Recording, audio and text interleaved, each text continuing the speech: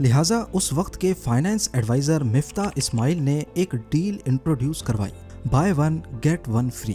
انہوں نے اناؤنس کیا کہ جو بھی پی آئی اے کو خریدے گا اس کو پاکستان اسٹیل مل فری میں دی جائے گی، لیکن یہ ڈیل بھی کام نہیں آئی۔ پی آئی اے کے تابوت پر آخری کیل گاڑنے کا موقع شاید کووڈ-19 کو ملتا، جب پوری دنیا میں ایئر ٹریول نہ ہونے کے برابر تھا۔ لیکن کیا کریں کہ کووڈ-19 کے بعد بھی ابھی پی آئی اے کو ایک آخری جھٹکا لگنا باقی تھا۔ مئی 2020 میں پی آئی اے کی فلائٹ 8303 کراچی ایئرپورٹ پر لینڈ کرنے سے صرف چند سیکنڈز پہلے آبادی کے اوپر کریش کر گئی۔ اس حادثے میں 97 پیسنجرز کی جان چلی گئی اور انیشیل رپورٹس میں پائلٹ کی غلطی سامنے آئی۔ یہ مسئلہ ابھی چل ہی رہا تھا کہ اگلے مہینے پاکستان کے ایویشن منسٹر نے بھری پارلیمنٹ میں پول کھولا کہ پی آئی اے کے چند پائلٹس کے لائسنس جعلی ہیں اور وہ چیٹنگ کر کے یا سفارش لگوا کر آئے ہیں۔ یہ واقعہ ہوا تو پاکستانی اسمبلی میں تھا، لیکن اس کی آواز دنیا بھر میں سنی گئی۔ دیکھتے ہی دیکھتے یہ اسکینڈل انٹرنیشنل لیول پہ وائرل ہو گیا، جس سے پی آئی اے کی ریپوٹیشن کو بڑا نقصان پہنچا۔ اس اسکینڈل کی وجہ سے انٹرنیشنل ایویشن اتھارٹیز نے پی آئی اے پر بھروسہ کھو دیا اور ایئر لائن پر مختلف بینز لگا دیے۔ اب کنڈیشن یہ ہے کہ نہ صرف پی آئی اے بلکہ پورا پاکستان ہی قرضوں تلے ناک تک ڈوبا ہوا ہے۔ آئی ایم ایف جو پاکستان کو ہر سال امدادی رقم دیتا ہے، ان کی ڈیمانڈ ہے کہ جو ادارے پاکستان سے نہیں چل رہے انہیں پرائیویٹائز یا سیل کیا جائے۔ گورنمنٹ نے پی آئی اے کو پرائیویٹائز کرنے کے لیے 6 بزنس گروپس کو کوالیفائی کیا اور کم سے کم بولی کی شروعات 8,500 کروڑ روپیوں سے کی، لیکن بدقسمتی سے 6 میں سے صرف ایک گروپ نے پی آئی اے کے 60% شیئرز خریدنے کی بولی لگائی، اور وہ تھی صرف اور صرف 1,000 کروڑ، جو کہ $3.5 کروڑ بنتے ہیں۔ یہ پیسے صرف اتنے ہی ہیں جتنا ایمریٹس ایئر لائن نہ 1 سال نہ 6 مہینے بلکہ محض صرف 2 دن اور 13 گھنٹوں میں کماتی ہے۔ 2024 میں ایمریٹس نے اپنے 1 سال کا پروفٹ $500 کروڑ ڈکلیئر کیا تھا۔ جی ہاں، وہی ایمریٹس ایئر لائن جس کو لانچ کرنے میں پی آئی اے کی بہت بڑی محنت شامل تھی۔ ایکسپرٹس کا کہنا ہے کہ پی آئی اے پر جتنا قرضہ چڑھا ہوا ہے، اس کو اگر فری میں بھی کوئی خریدتا ہے تو یہ بھی پاکستان کے لیے بہتر ثابت ہوگا۔ امید ہے زیم ٹی وی کی یہ ویڈیو بھی آپ لوگ بھرپور لائک اور شیئر کریں گے۔ آپ لوگوں کے پیار بھرے کامنٹس کا بے حد شکریہ۔ ملتے ہیں اگلی شاندار ویڈیو میں۔